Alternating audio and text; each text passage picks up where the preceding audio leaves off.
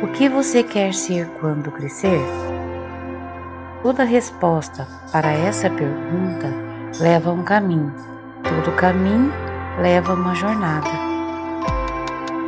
Nascemos, crescemos e amadurecemos. Este é o ciclo da vida. Da mesma forma, deve ser com nossa vida espiritual. E para isso acontecer, fundamos o Ministério Jornada. E com simplicidade, iremos levar você a um conhecimento profundo e prático da Palavra de Deus. Você está pronto para crescer? Ministério Jornada rumo à maturidade cristã.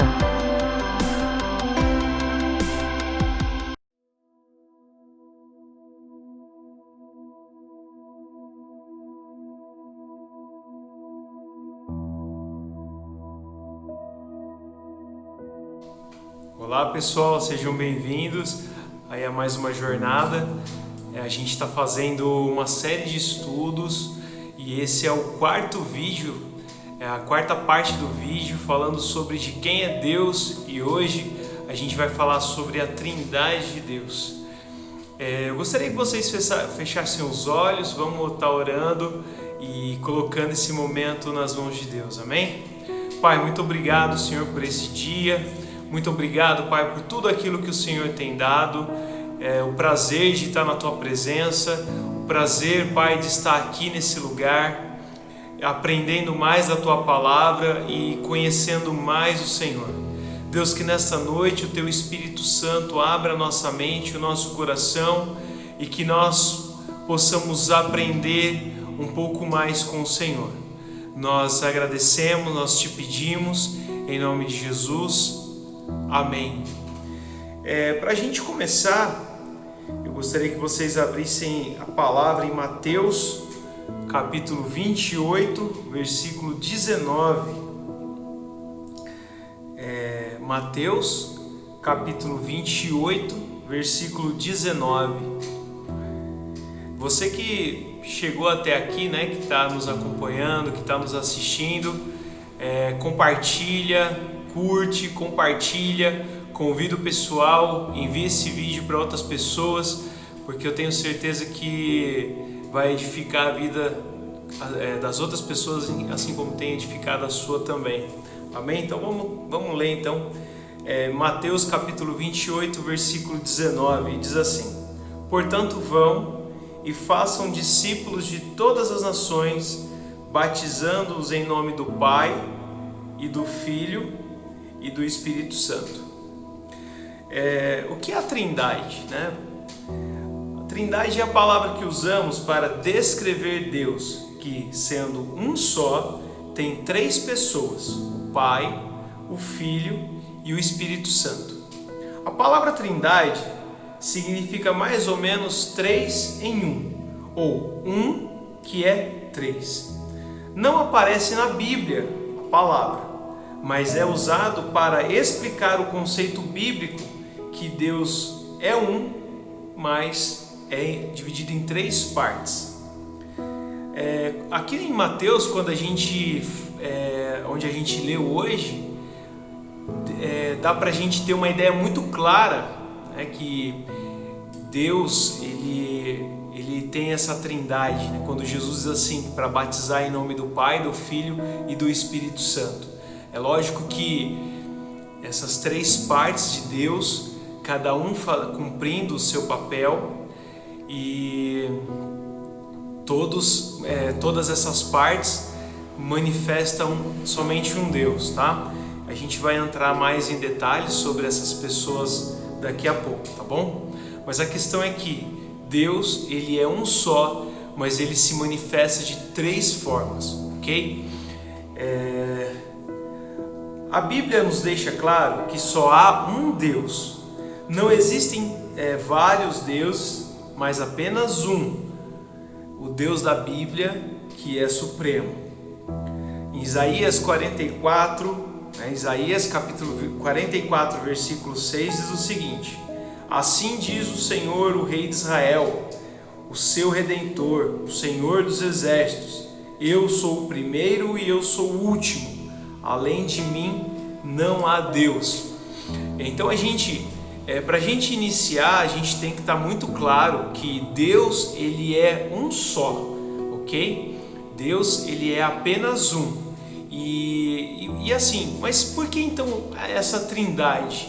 É porque a trindade de Deus são as três formas de como Deus ele se manifesta, ok? Mas ele é um só, tá? Não existem vários deuses, não existem três deuses, um mais importante que o outro. O Deus, o Pai é mais importante que o Filho, e o Filho é mais importante que o Espírito Santo. Não. Todas essas partes, elas são iguais em importância e elas não lutam, né? Não lutam entre si, ok? É o mesmo Deus, mas se manifestando de formas diferentes, ok? É por isso que chamamos o cristianismo como monoteísta, porque nós acreditamos que existe só um Deus. Mono é um, teísta seria referente a Deus, então apenas um Deus, tá? Deus é três em um. Sendo um, ele tem três pessoas ou identidade, tá? E como que a gente pode entender um pouquinho isso, tá bom? Vamos pensar num ovo, né? Tem a casca, né? Tem a clara e tem a gema, tá? Se você for olhar, não, isso é um ovo, tá? Mas quando você consegue separar essas três partes, né? A casca não é a clara não é a gema não é nenhuma das duas, né? Elas são divididas, tem as partes diferentes, né? Existem propriedades diferentes, existem peculiaridades, né? Diferentes. A casca ela é formada por uma coisa e ela tem um propósito. A gema ela tem outra forma, ela é feita de outra forma, né? É composta de outra forma e tem uma outra função. E a clara também tem uma outra função naquilo que a gente conhece como o ovo. E se a gente for comparar em relação a Deus, olhar, né, de uma forma clara, tá? Muito simplista, tá bom?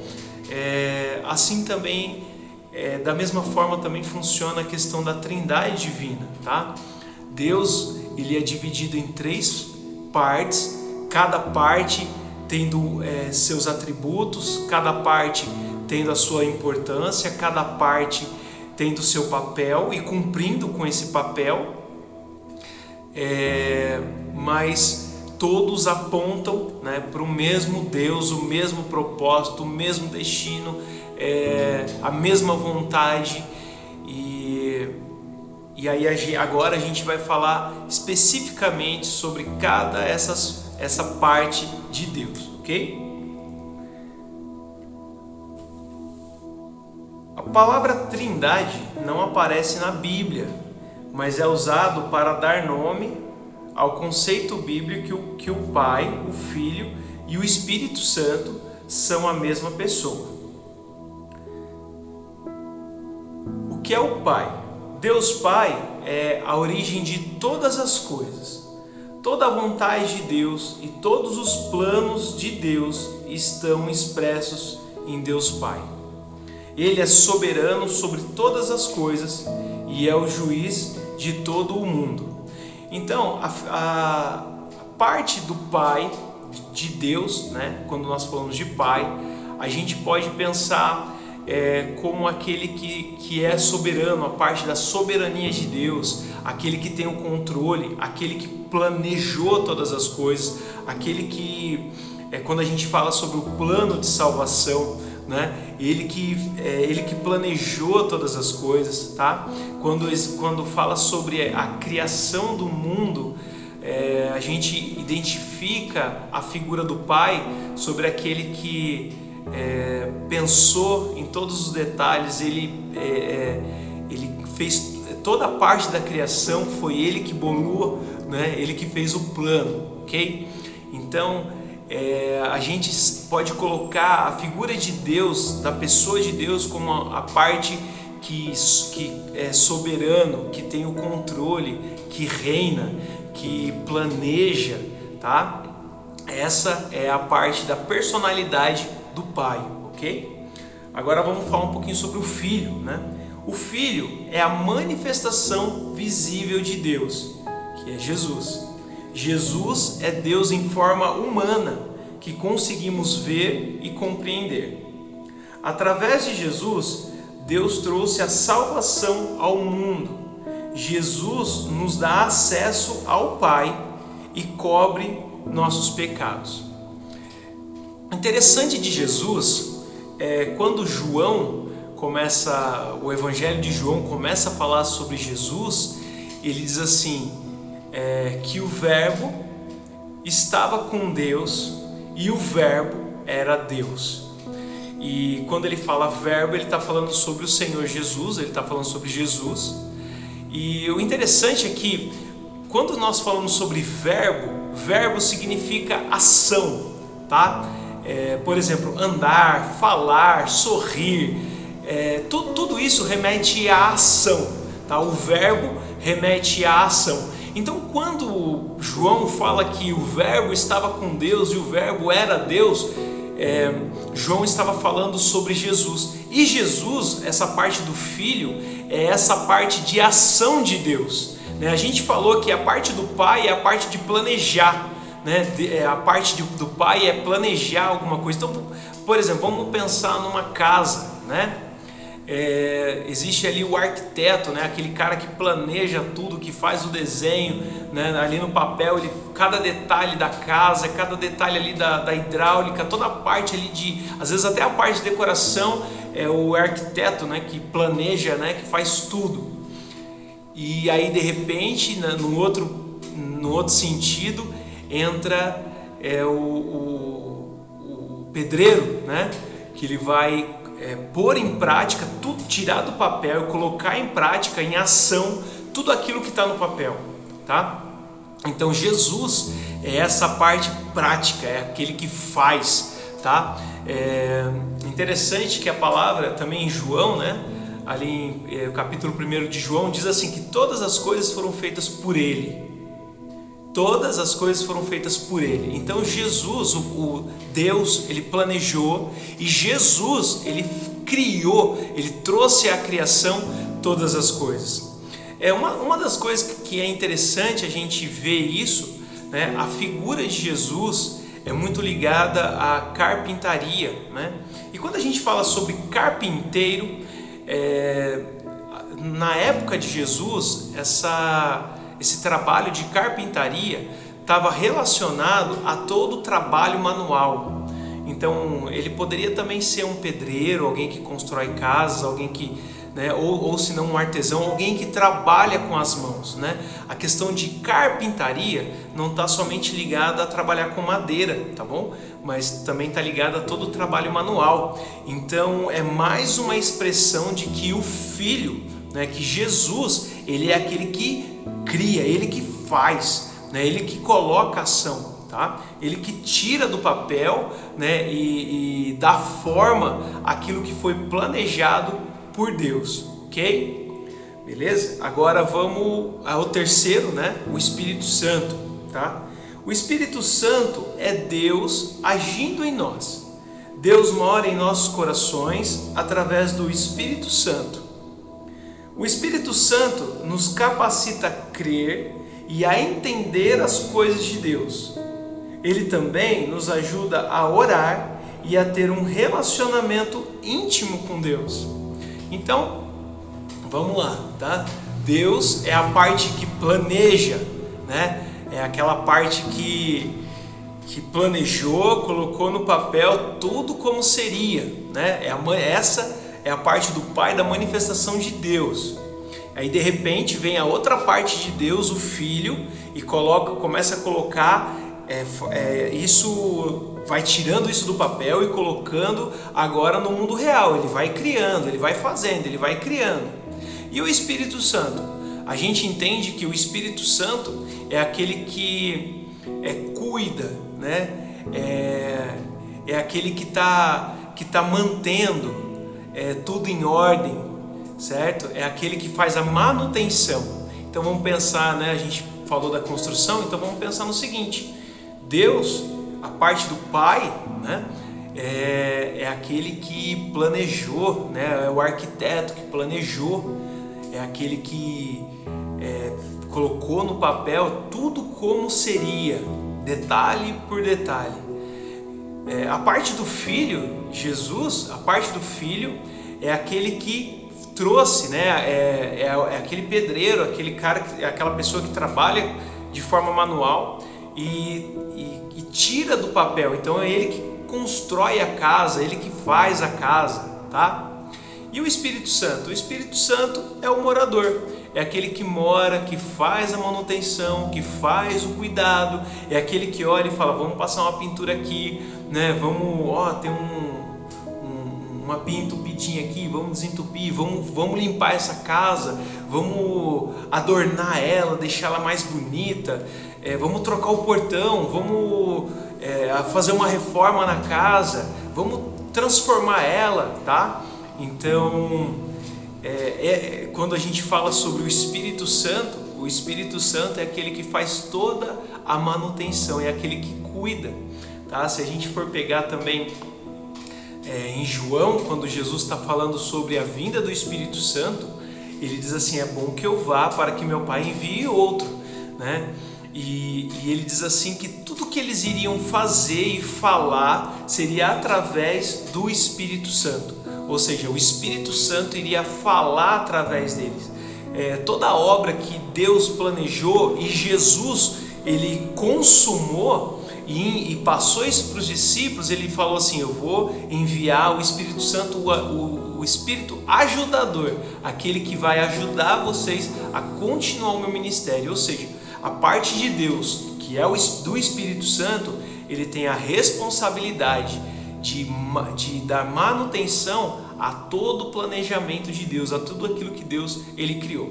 E vamos entender, são 3 pessoas, tá? São 3 manifestações de Deus de forma diferente, e essas 3 manifestações todas são Deus, ok?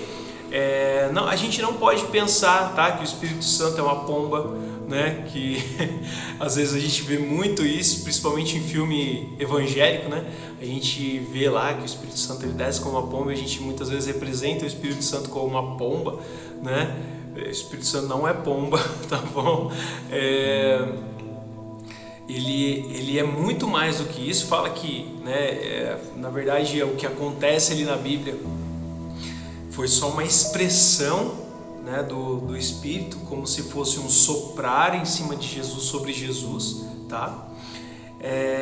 Mas a questão do Espírito Santo, ele vem para fazer a manutenção, e como a gente leu aqui, ele nos ajuda a entender, ele nos capacita a crer em Deus, a entender as coisas de Deus, ele nos ajuda a orar e a ter um relacionamento íntimo com Deus. Ou seja, é o Espírito Santo e o que liga o nosso espírito a Ele, ok?